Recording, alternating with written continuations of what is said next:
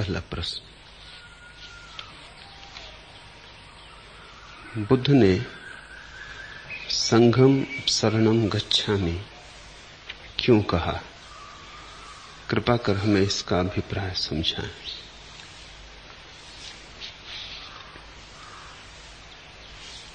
समर्पण अनिवार्य है, फिर चाहे मार्ग भक्ति का हो चाहे ध्यान का। फर्क इतना ही पड़ेगा कि भक्ति के मार्ग पर समर्पण पहले चरण में और ध्यान के मार्ग पर समर्पण है अंतिम चरण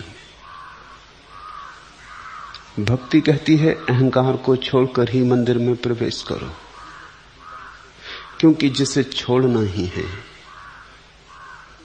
उसे इतने दूर भी क्यों साथ ढोना, छोड़ ही दो। भक्ति पहले ही क्षण में अहंकार को गिरा देती है। भक्ति को सुविधा है क्योंकि भगवान की धारणा है। ध्यानी को वैसी सुविधा नहीं है। ध्यानी चलता है बिना किसी धारणा के, तो अहंकार बचा रहेगा। किसके चरणों में रखें अहंकार को? ध्यानी तो अनुभव के बाद ही, गहरे अनुभव में उतर के ही, आखिरी घड़ी में जब कुछ और शेष न रह जाएगा, सिर्फ सूक्ष्म अहंकार मात्र शेष रह जाएगा, वही पर्दा रहेगा। बहुत झीना पर्दा, इतना झीना, इतना पारदर्शी कि बहुतों को तो लगेगा कि पर्दा है ही नहीं। जैसे शुद्ध कांच, जब तक तुम पास ही ना आ जाओगे तुम्हें लगेगा कोई पर्दा है ही नहीं बीच में, सब साफ दिखाई पड़ रहा है। लेकिन जब तुम पास आओगे तब टकराओगे। उस घड़ी में अहंकार को छोड़ना पड़ता है, अंतिम घड़ी में। तो ध्यान मार्ग भी अंततः कैसे तुम अहंकार को छोड़ोगे उसके लिए व्यवस्था जुटाता है, जुटानी ही पड़ेगी। ये बुद्ध की व्यवस्था है। तो उन्होंने त्रिशरण कहे। बुद्ध इन्हें त्रिरत्न कहते हैं भी ये रत्न। इनसे बहुमूल्य और कुछ भी नहीं, क्योंकि इन्हीं को खोकर हमने सब खोया है और इन्हीं को पाकर हम सब पा लेंगे। ये हैं तीन रत्न। बुद्धम शरणम गच्छामि, संघम शरणम गच्छामि, धम्मम शरणम गच्छामि। और इनके पीछे एक तर्क सरणी है। समझो, पहले तो बुद्ध के प्रति, बुद्ध का अर्थ गौतम बुद्ध नहीं है, इस भ्रांति में मत पड़ना। बुद्ध का अर्थ है बुद्धत्व। एक बार बुद्ध से किसी ने पूछा कि आप तो कहते हैं कि किसी की शरण में जाने की जरूरत नहीं, और लोग आपके सामने ही आके कहते हैं बुद्धम शरणम गच्छामि, आप चुप रहते हैं। चुप्पी से तो समर्थन मिलता है, ये तो मौन समर्थन हो गया। आपको इंकार करना चाहिए। तो गौतम बुद्ध ने कहा, वे मेरी शरण जाते हो तो मैं इंकार करूं, और मेरी शरण तो जाएंगे भी कैसे, क्योंकि मैं तो बचा भी नहीं। वे बुद्धत्व की शरण जाते हैं। जो बुद्ध हुए हैं अतीत में, जो बुद्ध आज हैं और जो बुद्ध कभी होंगे, उन सभी के सारभूत तत्व का नाम बुद्धत्व है। जो कभी जागे और कभी जागेंगे और जाग रहे हैं, उस जागरण का नाम बुद्धत्व है। तो पूछने वाले ने पूछा, फिर आपके ही चरणों में आके क्यों कहते हैं? कहीं भी कह दें। तो उन्होंने कहा, वो उनसे पूछो, उनकी समस्या है। उन्हें सब जगह दिखाई नहीं पड़ता है, उन्हें मुझ में दिखाई पड़ता है। चलो यहीं से शुरुआत सही, कहीं से तो शुरुआत हो। झुकना कहीं तो सीखे। आज मुझ में दिखा है, कल और में भी दिखेगा, परसों और में भी दिखेगा, फिर उनकी दृष्टि बड़ी होती जाएगी। एक दफा दिख जाए हीरा तो फिर तुम्हें बहुत जगह दिखाई पड़ेगा। और एक बार हीरे की ठीक ठीक परख आ जाए तो फिर जौहरी की दुकान पर जो साफ सुथरे निखरे हीरे रखे हैं उनमें ही नहीं, खदानों में भी जो हीरे पड़े हैं जो भी साफ सुथरे नहीं हैं उनमें भी हीरा दिखाई पड़ जाएगा, परख आ जाए। तो बुद्ध में और साधारण व्यक्ति में इतना ही फर्क है कि साधारण व्यक्ति ऐसा हीरा है जो अभी खदान में पड़ा, और बुद्ध ऐसे हीरे हैं जिसको साफ सुथरा किया गया, तरासा गया, जिस पे चमक आ गई है। बुद्ध ने अपने हीरे के साथ जो करना था कर लिया, तुमने अपने हीरे के साथ जो करना था अभी नहीं किया। लेकिन जिसको हीरा पहचान में आ गया उसे तो तुम में भी हीरा दिखाई पड़ जाएगा। तो बुद्ध ने कहा अगर मुझ में उन्हें दिखाई पड़ती है बुद्धत्व की झलक, चलो यही ठीक, आज यहां दिखाई पड़ती है, कल और भी कहीं दिखाई पड़ेगी, फिर दिखाई पड़ती जाएगी, फिर सब तरफ दिखाई पड़ने लगेगी। तो पहला चरण है एक के प्रति समर्पण, क्योंकि वहां से उस झरोखे से तुम्हें सूरज दिखाई पड़ा। ख्याल रखना, जब तुम किसी झरोखे के पास खड़े होकर सूर्य को नमस्कार करते हो तो तुम झरोखे को नमस्कार नहीं कर रहे हो। हालांकि चाहे तुम्हें पहले ऐसी लगता हो कि इस झरोखे की बड़ी कृपा, इसी से तो सूरज दिखाई पड़ा ना, नहीं तो अंधेरे में ही रहते। तो चाहे तुम झरोखे को धन्यवाद भी दो, लेकिन झरोखे के माध्यम से तुम धन्यवाद तो सूरज को ही दे रहे हो। झरोखे ने तो कुछ किया नहीं, सिर्फ द्वार दिया, बाधा नहीं बनाए। बुद्ध का इतना ही अर्थ है, जिसके भीतर सब बाधा गिर गई है तुम आर पार देख सकते हो। तो पहली समर्पण की भावना है बुद्धम शरणम गच्छामि। दूसरी समर्पण की धारणा है संघम शरणम गच्छामि। संघ का अर्थ होता है उन सबको जो जागे, उन सबको जो जाग रहे, उन सबको जो जागने के करीब आ रहे, उन सबको जो करवट ले रहे, उन सबको जिनके सपने में जागरण की पहली किरण पड़ गई है, जिनकी नींद में खलल पड़ गई है। तो संघ का स्थूल प्रतीक तो यह है कि जिन लोगों ने बुद्ध से दीक्षा ले ली है उन समस्त सन्यासियों की मैं शरण जाता हूं। लेकिन इसका मूल अर्थ तो यही हुआ ना कि जिन्होंने स्रोत में प्रवेश कर लिया, जो श्रोतापन्न फल को प्राप्त हो गए, जिन्होंने सन्यास लिया है। सन्यास तो अभीप्सा है, खबर है कि मैं अब अपने जीवन की धारा बदलता हूं। अब नहीं धन होगा मूल्यवान मेरे लिए, अब होगा ध्यान मूल्यवान मेरे लिए। अब नहीं खोजूंगा स्थूल को, सूक्ष्म की यात्रा पर जाता हूं। जिसको मृत्यु मिटा देती है अब उस पर मेरी आंख खराब नहीं करूंगा, अब अमृत की खोज में जाता हूं। अंधेरे से प्रकाश की तरफ, मृत्यु से अमृत की तरफ, असत से सत्य की तरफ, ऐसी जो प्रार्थना है वही तो सन्यास है। अस्तोमा सदगमे। संघ का अर्थ है वे सब जो स्रोत आपन्न हो गए, वे सब जिन्होंने निर्णय लिया है सत्य की खोज का, जो सत्य के अन्वेषण पर निकल गए, उनकी शरण जाता हूं। थोड़ी दृष्टि बड़ी हुई, अब बुद्धि काफी नहीं, बुद्ध में तो दिखता ही है, लेकिन अब उनमें भी दिखाई पड़ने लगा जो बुद्ध के पास बैठे। होना भी यही चाहिए, जब बुद्ध के पास रहोगे तो उनकी सुगंध पकड़ेगी ना तुम्हें। इस बगीचे से घूम के निकलोगे, घर जाके पहुंच जाओगे अपनी पुरानी गंदगी में, तो भी तुम पाओगे वस्त्रों में थोड़ी सी फूलों की गंध सांस चली आई। बुद्ध के पास बैठोगे, उठोगे तो उनका स्वाद लगेगा, उनकी बूंदें तुम पे बरसेंगी, उनका स्पर्श तुम्हें होगा। जो हवा उन्हें छुएगी वही हवा तुम्हें भी छुएगी।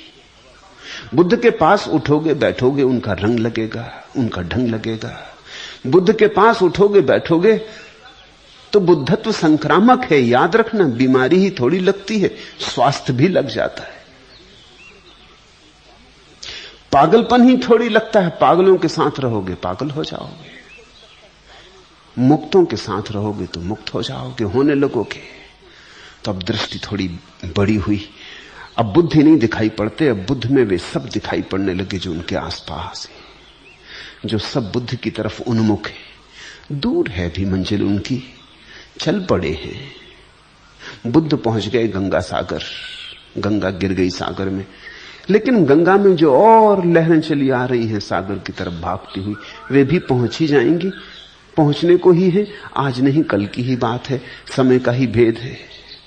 पहले नमस्कार किया वृक्ष को, फिर नमस्कार किया बीज को, क्योंकि बीज भी वृक्ष तो हो ही जाएगा। देर अबेर के लिए नमस्कार रोकोगे क्या? सिर्फ समय के कारण नमस्कार को रोकोगे क्या? और जब एक बार नमस्कार करने का मजा आ जाता है, जब बुद्ध के चरणों में सिर रखने का मजा आ गया, तो मन करेगा जितने चरणों में सिर रखा जा सके रखो। जब एक बार इतना मजा आया है और एक के पास इतना मजा आया है, काश तुम्हारा सिर सभी के चरणों में लौटने लगे, तो आनंद की धार बह उठेगी। इसलिए संघम शरणम गच्छामि। और भी एक कदम आगे बात उठती है, क्योंकि संघ की शरण जाने का अर्थ हुआ जो सत्य की खोज कर रहे हैं उनकी शरण जाता हूं। बुद्ध की शरण जाने का अर्थ हुआ जिसने सत्य पा लिया है उसकी शरण जाता हूं। और धम्मम शरणम गच्छामि का अर्थ होता है बुद्ध की शरण भी तो इसलिए गए ना कि उन्होंने सत्य को पा लिया, और संघ की शरण भी इसलिए गए ना कि वे सत्य की खोज में जा रहे हैं। तो सत्य की ही शरण जा रहे हो, चाहे बुद्ध की शरण जाओ चाहे संघ की शरण जाओ। इसलिए धम्मम शरणम गच्छामि। धम्म का अर्थ होता है सत्य, जो परम सत्य है वही धर्म है। इसलिए अंतिम रूप में आखिरी शरण है धर्म की शरण जाता हूं, उस परम नियम की शरण जाता हूं जो संसार को चला रहा है, उस रित की शरण जाता हूं, ताओ की शरण जाता हूं जो संसार को धारे हुए। धर्म का अर्थ जिसने संसार को धारण किया है, जिस पर सब खेल चल रहा है, उस परम में डूबता हूं। बौद्ध उसे भगवान नहीं कहते, क्योंकि भक्त की वो भाषा नहीं, वो उसे कहते हैं धर्म। वो ज्ञानी की भाषा है, ध्यानी की भाषा है। वो कहते हैं नियम, परम नियम, शाश्वत नियम। भक्त इसी को भगवान कहता है, फर्क कुछ भी नहीं। भक्त कहता है भगवान ने सबको धारा हुआ है, और ज्ञानी कहता है धर्म ने सबको धारा हुआ है। शब्दों का भेद है। भक्त धर्म को रूप दे देता है तो भगवान, प्रतिमा बना लेता है तो भगवान। ज्ञानी प्रतिमा नहीं बनाता, नियम को शुद्ध नियम रहने देता है, रूप नहीं देता, व्याख्या नहीं देता। तो तीसरा रत्न है धम्मम शरणम गच्छामि। तीसरी शरण में जाकर तुम समस्त की शरण में चले गए। सार्वभौम है धर्म। पहले बुद्ध की शरण में गए वो एक, फिर संघ की शरण में गए अनेक, फिर धर्म की शरण में गए सर्व, सार्वभौम। विसर्जन पूरा हो गया। इसके पार विसर्जन करने को कुछ है नहीं। तुम उससे एक हो गए जो है।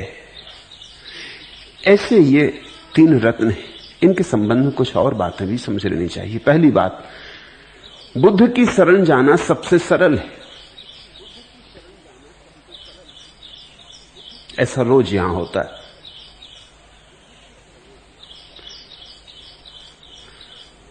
कोई आके मुझसे कहता है कि हमने समर्पण आपको किया, हम लक्ष्मी की क्यों माने? तो मैं उनसे कहता हूं मुझे समर्पण करना सरल है, तुम लक्ष्मी को समर्पण करोगे तो और रस आएगा, और गहरा रस आएगा। मुझे समर्पण करना तो बहुत सुगम है, क्योंकि तुम मेरे इतने प्रेम में हो, तुम मेरे रस में ऐसे डूबे हो। कोई भोजनालय में काम करता है, दीक्षा से उसकी नहीं बनती, तो मैं उससे कहता हूं जाके दीक्षा को समर्पण कर दो। वो कहता दीक्षा को? आपकी शरण में हम आए हैं, दीक्षा की शरण में नहीं। मैं उनसे कहता हूं तो मैं ही तो तुमसे कह रहा ना, तो मेरी शरण आ गए, अब गए हाथ से। अब मैं कहता हूं तुम जाओ दीक्षा के शरण में, तो मेरी मानोगे या नहीं? कहते मानेंगे तो जरूर, लेकिन दीक्षा की शरण, दीक्षा तो हमारी जैसी है। कठिन हो गया दीक्षा की शरण जाना, लेकिन मैं कहता हूं जाओ। मेरी शरण आना तो बहुत सरल है, क्योंकि तुम मेरे लगाव में पड़े हो, तुम मेरे प्रेम में पड़े हो, तुम दीवाने हो तो झुक गए। दीक्षा से तुम्हारा कोई ऐसा लगाव नहीं, ऐसा कोई दीवानापन नहीं।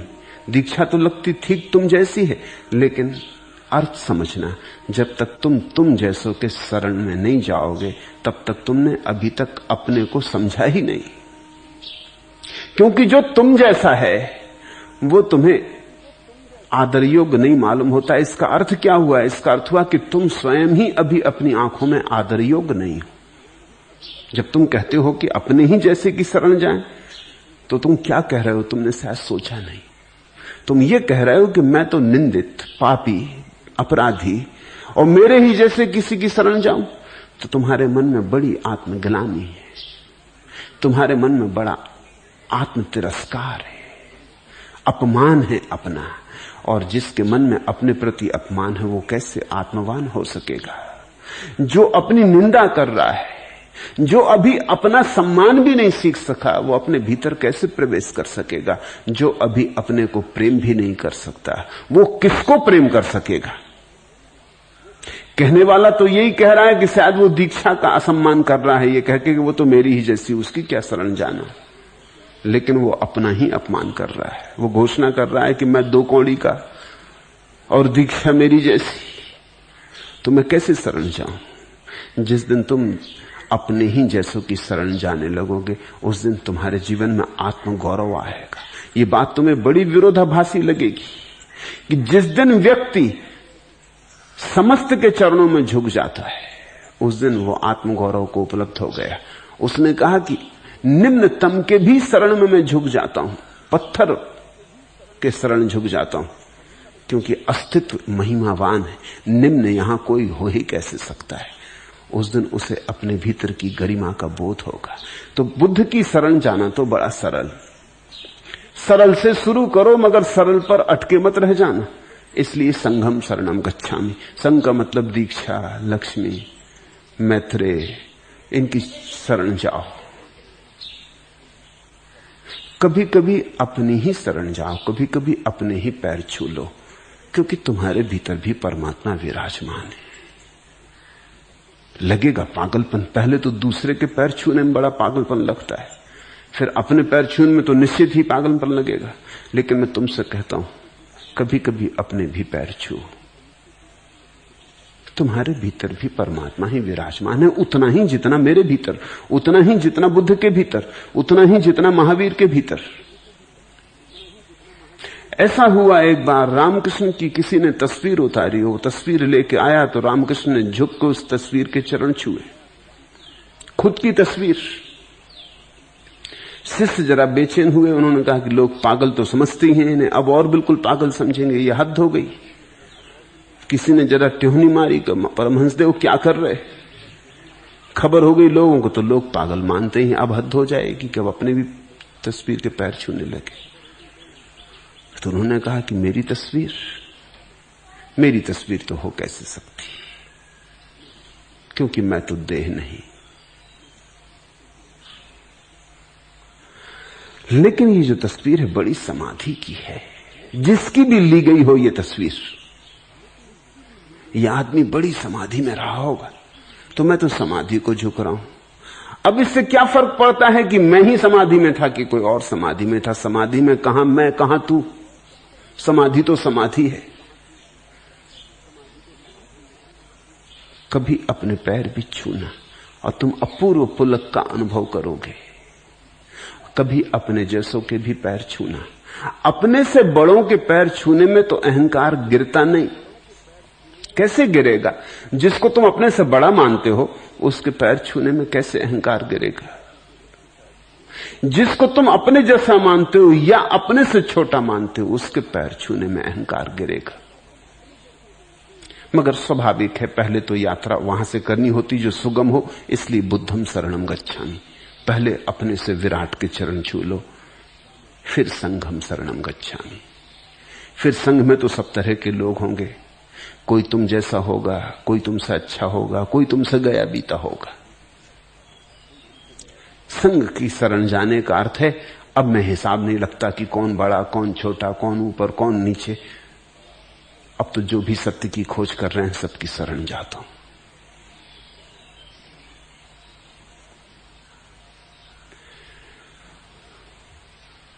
और तीसरा धम्मम शरणम। लेकिन संघ की शरण में भी सीमा है। अगर बुद्ध के मानने वाले बौद्ध भिक्षुओं की शरण जाते हैं तो वो जैन भिक्षुओं की शरण तो न जाएंगे, हिंदू सन्यासियों की शरण तो न जाएंगे, मुसलमान फकीरों की शरण तो न जाएंगे, ईसाइयों की शरण तो न जाएंगे। सीमा है, और जहां सीमा है वहां अभी हम परमात्मा से दूर हैं। इसलिए आखिरी कदम उठाया जाता, सीमा तोड़ दी जाती। धम्मम शरणम गच्छामि। अब कौन हिंदू, कौन मुसलमान, कौन ईसाई, कौन सिख, कौन जैन, कुछ भेद ना रहा। हिंदू, मुसलमान, ईसाई की तो बात ही छोड़ो, पौधे, पशु, पक्षी, पत्थर, पहाड़, चांद, तारे, सबके भीतर जो एक ही सत्य समाया हुआ है, हम उसकी शरण जाते हैं। ऐसे ये त्रिरत्न हैं, ये बड़े बहुमूल्य हैं। इनका अर्थ समझोगे तो इनके द्वारा कुंजी मिल सकती है।